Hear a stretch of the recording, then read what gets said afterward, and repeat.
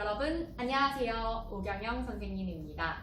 오늘은 여러분 선생님이랑 같이 사회 1단원 정치의 첫 번째 소단원 민주주의의 발전과 시민 참여를 정리해 보도록 하겠습니다. 시간 순서대로요. 선생님이 4.19 혁명, 5.18 민주화 운동, 6월 민주항쟁 그리고 현재까지를 정리해 보았는데요. 보시면요. 이렇게 선생님이 파란색 그리고 빨간색 분필로 우리에게 어떤 일이 있었고 그리고 그것을 어떤 식으로 시민들이 참여했는지를 색깔을 구분지어 보았습니다. 그 점 생각하시면서 그럼 바로 이승만부터 시작해 보도록 할게요. 이승만은 우리나라의 첫 번째 초대 대통령입니다. 이승만은 계속해서 대통령이 되기 위해서 그 자리를 유지하기 위해서 여러 가지로 법을 바꾸면서 독재 정치를 이어갔는데요. 거기에 부정부패까지 이루어지자 우리 국민들의 살림은 경제가 어려워졌습니다. 그때 바로 3.15 부정선거까지 일어나게 되는데요. 3.15 부정선거란 이승만이 자신이 계속 대통령을 하기 위해서 돈을 주고 또는 물건을 주고 이승만을 뽑아달라라고 얘기를 하기도 하고 이승만을 뽑지 않은 표를 불태워 버리거나 그리고 실제 투표와 그리고 이승만을 뽑는 그 가짜 투표를 만들어서 바꿔치기를 하는 등 이렇게 부정선거가 이루어지게 됩니다. 자, 이러한 일이 있자 우리의 시민들은 참여를 합니다. 어떤 형태로요? 바로 시위의 형태로요. 시위하는 도중 마산 앞바다에서 김주열 학생의 시신이 물에 떠오르자 이제 전국적인 시위로 확대되게 됩니다. 자, 사람들은 4.19 혁명을 통해서 전국적으로 이승만 물러가라, 3.15 부정선거는 무효다라고 외치면서 4.19 혁명으로 이렇게 참여를 하게 되는데요. 그 결과 많은 사람들의 희생과 노력 끝에 오랜 시간 끝에 이승만은 물러나고 3.15 선거는 무효 처리가 됩니다. 자, 이렇게 우리 국민들은 그럼 이제 드디어 우리가 원하는 민주주의에 가까워지는 것인가 라고 기대를 했는데 자, 보시겠습니다. 이어서 박정희가 군사의 힘으로 이렇게 자리를 잡게 되고 또 독재 정치를 이어갑니다. 계속해서 대통령을 하기 위해서 법을 바꾸는 거예요. 자, 대통령은 원래 한 번만 할 수 있는데 3번 할 수 있게 법을 바꾸고 또 유신헌법을 발표하면서 3번이 아니라 이제 끝없이 대통령을 할 수 있고 그리고 대통령을 국민이 직접 뽑는 것이 아니라 간접적으로 뽑을 수 있게 선거하는 그 방법을 바꾸겠다 하는 유신헌법을 발표합니다. 이에 대해서 우리 국민들은 어떤 식으로 시위라는 형식으로 시민들이 참여를 하게 되는데요.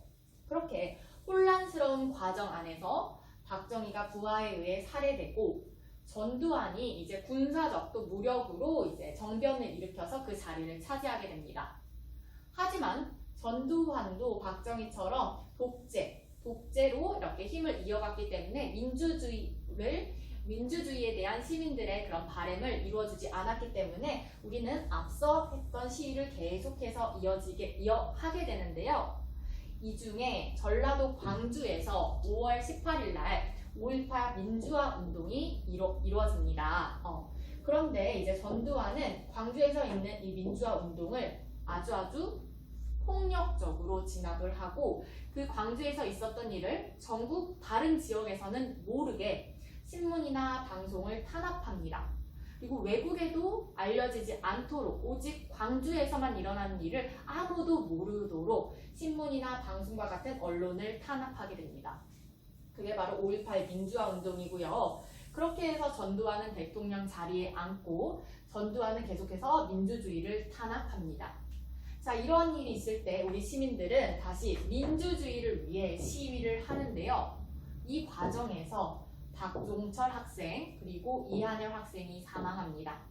너무너무 어린 학생들이 처참하게 사망하자 우리 전국적으로 국민들이 마음을 모아서 6월 민주항쟁, 민주주의를 위한 6월 민주항쟁을 이어갑니다. 자, 너무 오랜 시간과 희생과 노력 끝에 드디어 6.29 민주화 선언이 발표가 되는데요. 자, 세 가지의 핵심 내용이 있습니다. 첫 번째는 이런 대통령을 우리가 직접 현명한 대통령을 뽑겠습니다 하는 대통령 직선제와 직접 선거를 하겠습니다. 직선제와 그리고 무슨 일이 있었을 때 우리 전국적으로 또는 세계적으로 알릴 수 있도록 신문과 방송을 탄압하지 않고 언론에 보도할 자유를 달라. 언론의 자유가 있고요. 그리고 너무 중앙에서 힘을 다 갖고 있는 게 아니라 지방마다 고유의 특색에 맞게 스스로 이렇게 자치를 할 수 있게 해주세요 하는 지방자치제까지 이렇게 세 가지 핵심 내용을 화두로 해서 6월 민주화 선언문이 발표됩니다. 자, 현재까지 잘 이어지고 있는데요. 그러면 현재는 어떤 식으로 시민들이 정치에 참여하고 있는지 살펴보도록 하겠습니다. 자, 과거에는요. 이렇게 시위, 희생, 너무나도 많은 노력들이 있었습니다. 그래서 우리가 지금 민주주의에 가까워지고 있는데요.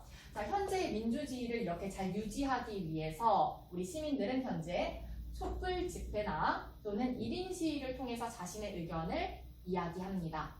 그리고 피켓을 들고 캠페인 활동을 하기도 하고요. 여러 사람의 이름과 사인을 받아서 의견을 모으는 서명운동을 하기도 합니다. 또한 정치기관의 누리집, SNS, 홈페이지에 글을 올려서 자신의 의견을 정확하게 전달하고요. 또는 정부 기관에서 이런 법을 만들 건데, 이렇게 할 건데 이것에 대해서 설명하고 질문을 받겠습니다 라고 시민들과 의견을 교환하는 공청회에 참석하기도 합니다. 그리고 자신이 직접 정당이나 시민단체에 가입해서 보다 적극적으로 정치 활동을 하기도 하고요.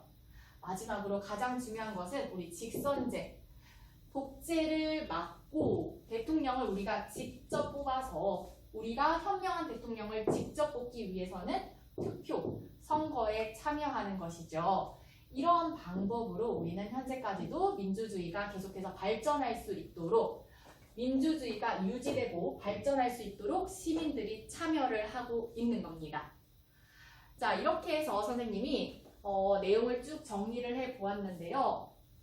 중요한 내용은 다음과 같습니다. 민주주의가 발전하기 위해서는 시민이 참여해야 되고 시민이 이렇게 참여를 했기 때문에 민주주의가 발전할 수 있었습니다.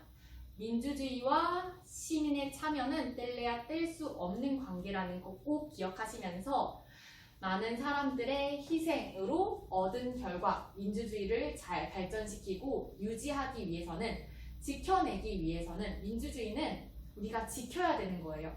언젠가 없어질 수도 있는 거죠. 계속 우리가 방치하면 언젠가는 없어질 수도 있어요. 그러니까 그것을 잘 지키기 위해서는 다음과 같은 이러한 방식으로 내 의견을 적극적으로 표현하고 정치 활동에 참여해야 합니다.